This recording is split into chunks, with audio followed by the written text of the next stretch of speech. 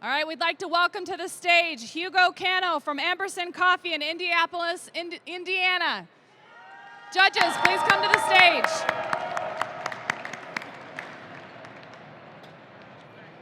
Hi, judges. How's it going? Hello. Hi, what's your name? Jackson. Jackson. Nice to meet you. Barnaby, I know you. Barnaby, How you yeah. doing? Nice to meet you, Hugo. Tracy. Tracy, nice to meet you. I'm Hugo. Milo. Milo, nice to meet you. I'm Hugo. Hannah. Hannah, nice to meet you. Miguel. Miguel, nice to meet you. Josh, nice to meet you. Well, I kind of, yes. I kind of knew you from afar, but I'm Hugo. Awesome. If everyone's settled in and good to go, then I can go ahead and start my music. Please.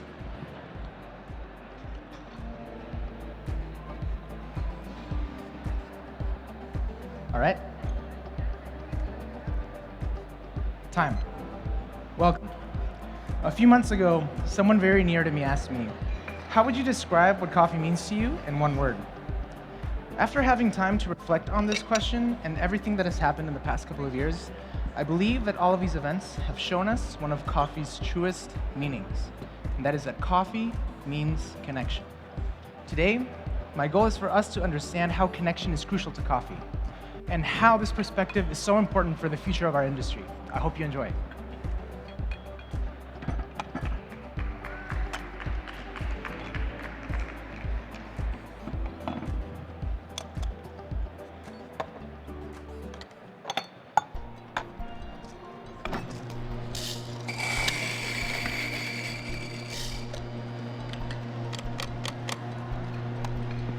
Our experience with distance and isolation for the past couple of years have shown us the value of human connection. This is especially palpable in our own industry, where connecting with people is coffee's very nature. This is better understood through what I believe are three key attributes that connection gives to coffee. And that is, connection is coffee's livelihood, it's its essence, and it's its purpose. I'd like to begin by exploring connection as coffee's livelihood through our first course, but doing so by sharing a bit of my own experience for the past couple of years. 2 years ago, I realized my years-long dream of opening a coffee shop.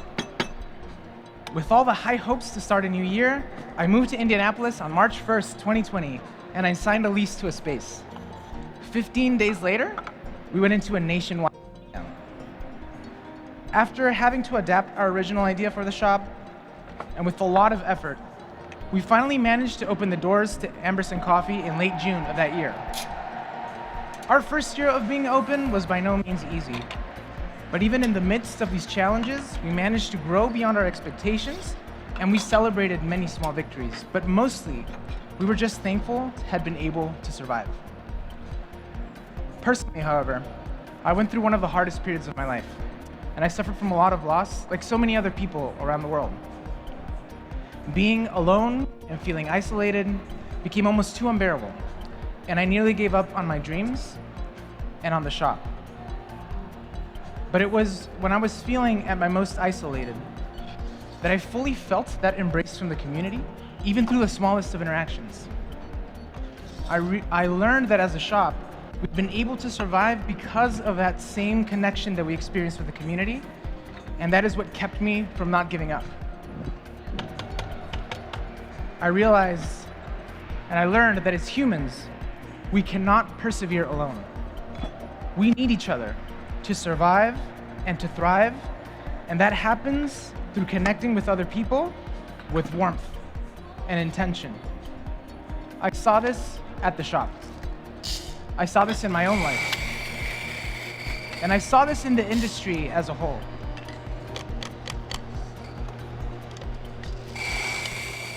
And so, I'd like to welcome you with that warm and intentional gesture that is coffee with milk. Using a coffee that I chose because of its meaningful connection and because of its unique and familiar flavors in a time when we need comfort the most.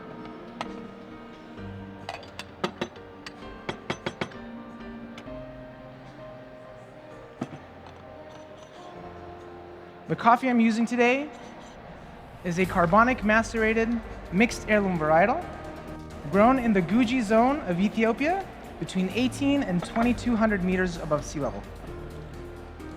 This coffee has a unique sweetness and acidity that we identified as strawberry jam on the cupping table, along with lavender florals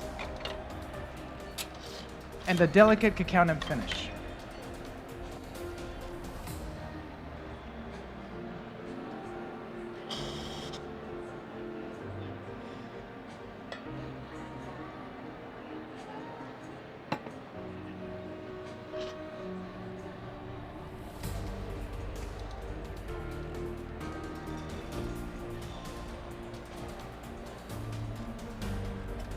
All right.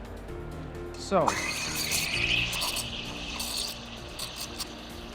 your recipe for your espressos for today is going to be 18 grams of ground coffee, extracted in about 26 seconds, giving us 52 grams out, which is going to highlight the acidity of this coffee. We're going to try to balance that out with the sweetness as well.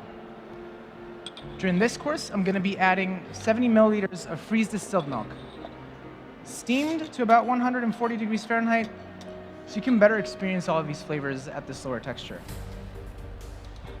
I made this milk by freezing it for 24 hours and then allowing it to thaw and to achieve half of its weight, rendering a milk that is rich in fats and sugars, that is going to elevate the sweetness of this drink and give it a rich and velvety texture.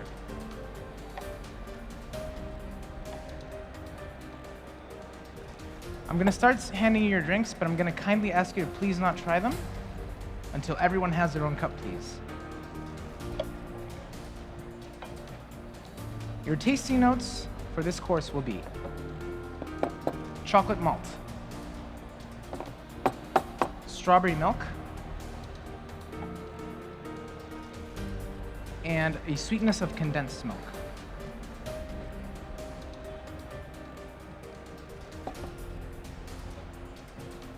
Here we go.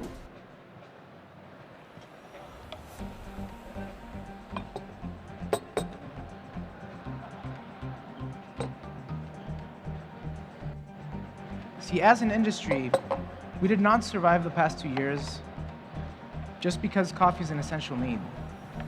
We did so because through coffee, we are able to foster and create community and connection.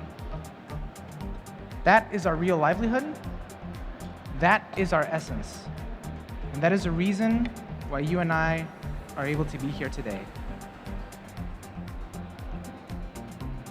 So thank you. Please enjoy, and welcome back. Let's make some noise for Hugo. Everybody give it up for him.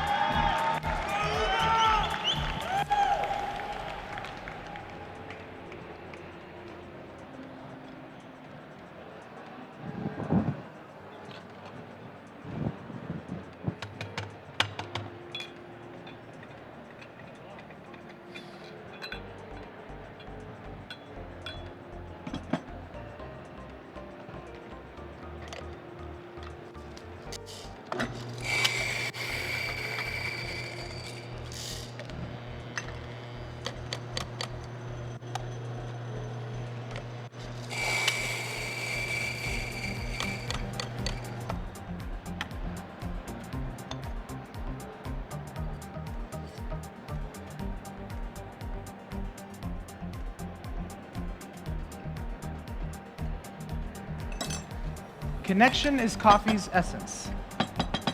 Coffee is the result of multiple people connecting and collaborating to produce this singular drink through hospitality and innovation so that people like you and I can experience moments like this. Ashanafi Argal is a coffee producer and founder of Arden Coffee Exports in Ethiopia and has consistently produced some of the most unique coffees that I've had the opportunity to share. His relationship with Steve Holt of Unravel Merchants goes back to almost 15 years ago when they first met, and this is in Steve's own words, at a really bad restaurant in New York City. Together, they have developed unique fermentation techniques that give complex flavor profiles to coffee, like the one that you're tasting today. The story of this coffee begins when only the ripest coffee cherries are picked and placed in zero-oxygen stainless steel tanks that are then infused with carbon dioxide in a process known as carbonic maceration. This is going to bring the temperature of the tanks down to 50 degrees Fahrenheit, where the coffee cherries will ferment for about 90 hours, giving plenty of time for that bacteria to slowly break down all of the sugars in the mucilage that give way to that complexity in the cup. The coffee is then dried for up to 40 days in African raised beds, and then prepared and shipped, arriving at the hands of Zaid Nakib, founder of Bar 9 in Culver City, California, and one of the people who I connected with over 10 years ago when I first started in specialty coffee. As I hand you your espressos, I'm going to please ask you to evaluate the crema and take in that slight aroma of lavender, but we're going to hold off on trying it. I'm going to be stirring your espressos for you today. And as I do so, I'm going to kindly ask you to take down your tasting notes for this course. So, you'll experience a pink grapefruit acidity. The acidity of blood orange and the sweetness of blood orange. Dark chocolate, like 75% dark chocolate. The body is going to be round and velvety and slick, with a dark chocolate finish and lasting aftertaste. Thank you. Please enjoy.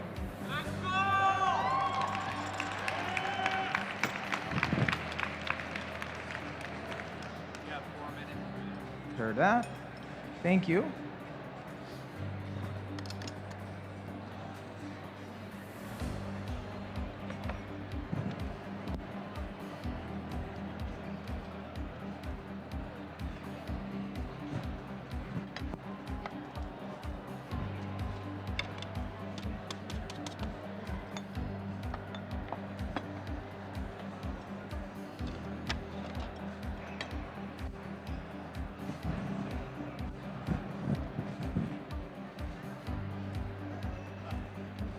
Connection is coffee's purpose.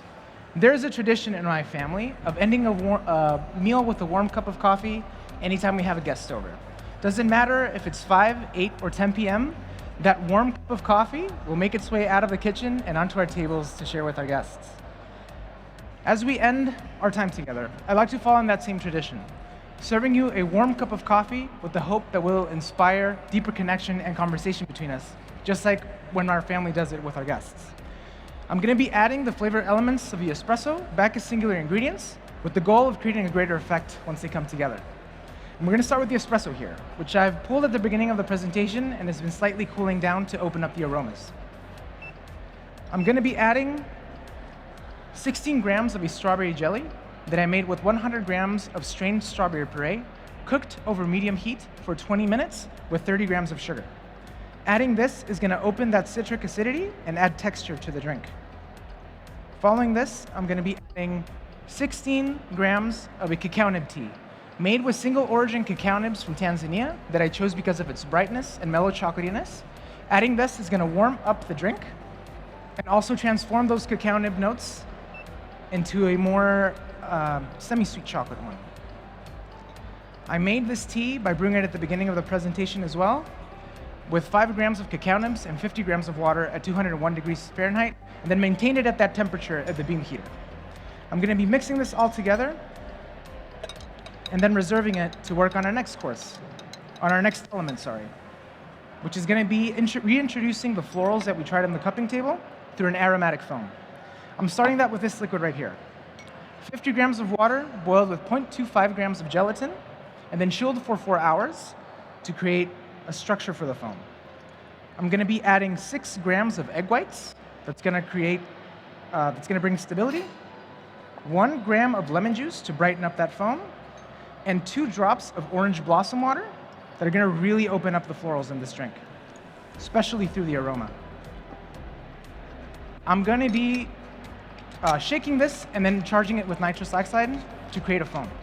Now, as I finish up your drinks, I'm going to give you your tasting your drinking instructions for this course, sorry.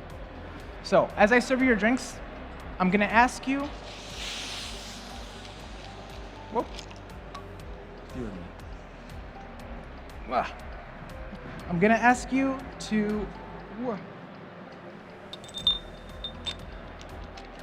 take in the aroma of lavender. That's gonna be very prominent. Now this isn't working. Oh man. Their first sip without stirring is gonna be mostly texture. You'll experience the body of the drink, which is gonna be warm and juicy, and a bright note of grapefruit.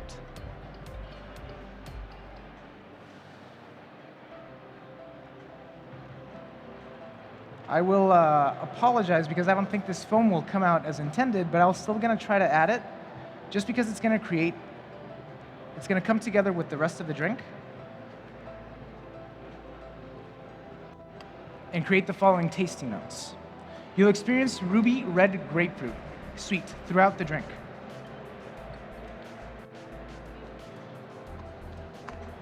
%70 dark chocolate. Green mango.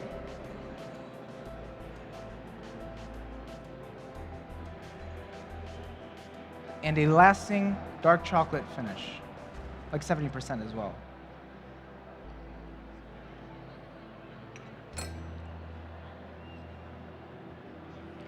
Coffee brings people together, but it is our responsibility as individuals to fulfill that purpose.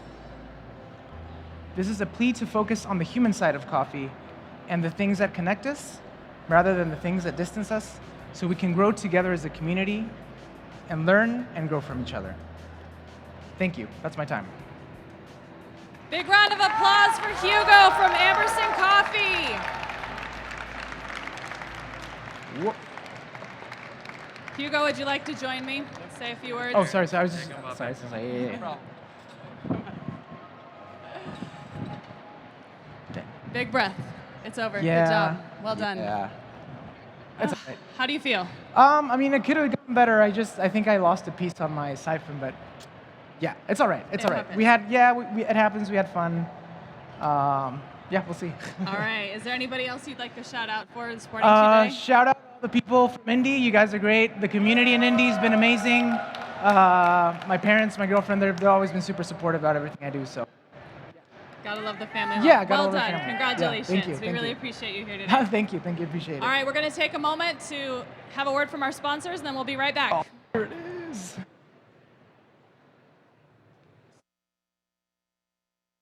It takes intention, passion, and excellence